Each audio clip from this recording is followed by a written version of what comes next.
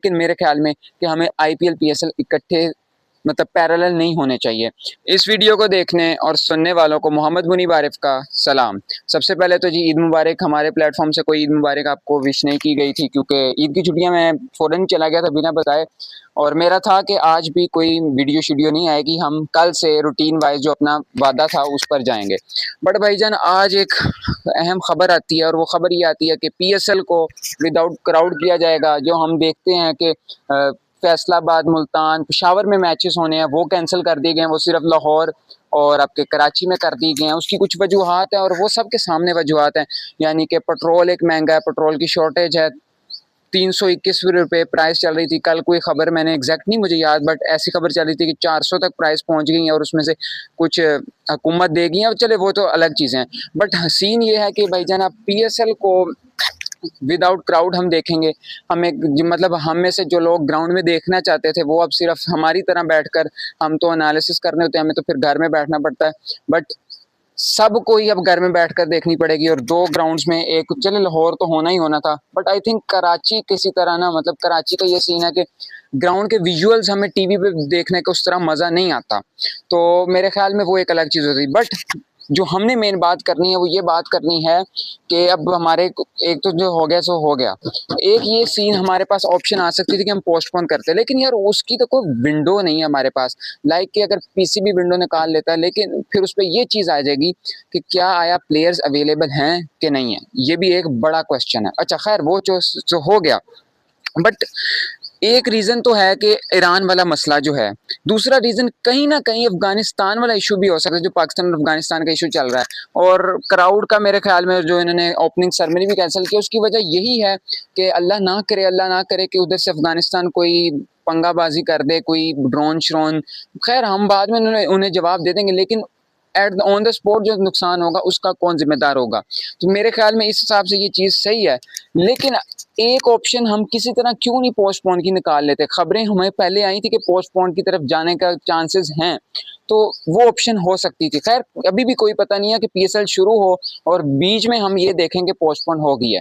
कुछ ने personal reasons का भी कहना शुरू कर दिया कि हम इस वजह से नहीं आ सकते, हम इस वजह से नहीं आ सकते। यार देखें, अब इनके खिलाफ ना, मतलब कि ठीक है हैं वो डरपोक से लोग होते हैं, मैं मतलब माजरत करता हूँ इस अल्फाज के लिए, लेकिन हमने ये देखा है कि पिछली बार भी जब जंग के हालात हुए थे तो प्लेयर्स ने बाद में आने से भी मना कर दिया, तो वो थोड़े बहुत डरते हैं और ठीक है डरना भी चाहिए, फैमिलीज होती हैं जो भी होता है। तो जो हालात मुल्क में बने हुए हैं कि कभी कोई पता नहीं अफगानिस्तान के साथ जंग लग जाए, उधर ईरान वाला मसला जो भी चल रहा है, तो वो जो भी हो सकता है इस वजह से प्लेयर मना करें। लेकिन चले वो एक तो हो गया पर्सनल रीजन, ये जो भी हो गया, लेकिन जो मेनली प्लेयर्स अब आज दसुन शाना का छोड़ के चले गए हैं, आईपीएल छोड़ के जा रहे हैं, उनके खिलाफ क्या एक्शन होगा। आज जब चेयरमैन मोहसिन नकवी से बात हुई तो पहली बात उनको प्लेयर का एग्जैक्टली नाम उस तरह नहीं कंफर्म था। मेरे ख्याल में होमवर्क तो पूरा होना चाहिए था, लेकिन ये मेनली काम होता है नीचे वाली टीम का, चेयरमैन तो एक हेड होता है, लेकिन चेयरमैन का भी होमवर्क पूरा होना चाहिए था।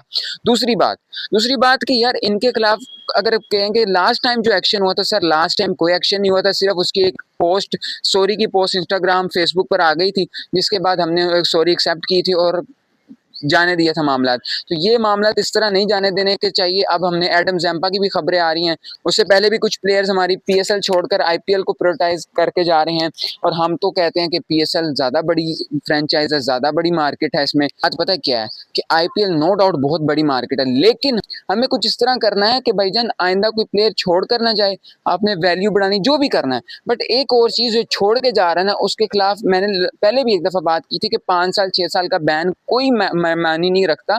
आप लाइफ टाइम बैन उन प्लेयर्स पे रखेंगे तभी कोई फायदा होगा।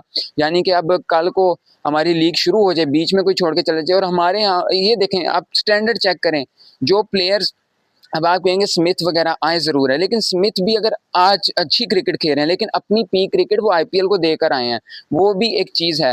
और दूसरी ये चीज ये कि हमारे यहाँ जो आपने केन विलियमसन पिछले साल देखा कि वो पहले उधर कमेंट्री कर रहे थे, उधर कमेंट्री चल रही है आईपीएल में, और पीएसएल में वो कराची किंग्स की तरफ से खेलने आए थे। तो ये चीजें मेरे ख्याल में हमें अपना स्टैंडर्ड डे बाय डे ऊपर लेकर जाना चाहिए, और ये हम इस तरह डे बाय डे अपना मार्केट नीचे गिरा रहे हैं।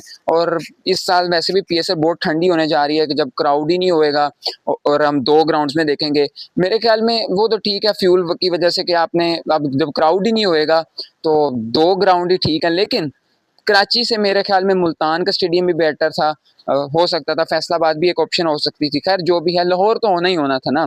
खैर जो भी है, अल्लाह करे अब हालात वगैरह जल्दी से सही हों, क्योंकि यार हमने न्यू एरा में एंटर तो हुए हैं पीएसएल के, और अगर न्यू एरा इस तरह का आगाज होगा तो बड़ी अजीब चीज़ है।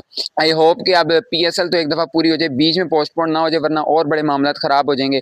और हमें मेरे ख्याल में अगर आईपीएल पीएसएल की इकट्ठे विंडोज़ हमने रख दी है ना, हमें ये चीज़ समझने की ज़रूरत है कि वो हमसे बहुत बड़ा ब्रांड है। मैं माज़रत के साथ ये बात करता हूँ, शायद इसके बाद मेरे नीचे कमेंट सेक्शन में बातें आना शुरू हो जाएँ या कुछ भी मुझे बातें होना शुरू हो जाएँ, लेकिन मेरे ख्याल में कि हमें आईपीएल पीएसएल इकट्ठे पैरेलल नहीं होने चाहिए। हमें कोई अलग विंडो अपनी ढूँढनी चाहिए जैसे पहले होती थी, ताकि हम यार प्लेयर तो कैश कर सकें ना, प्लेयर्स हमारे पास आएँ तो सही ना। खैर अभी मुझे दें इजाज़त, होप कि आप ईद अच्छी से एंजॉय कर रहे होंगे। फ़ी अमान अल्लाह।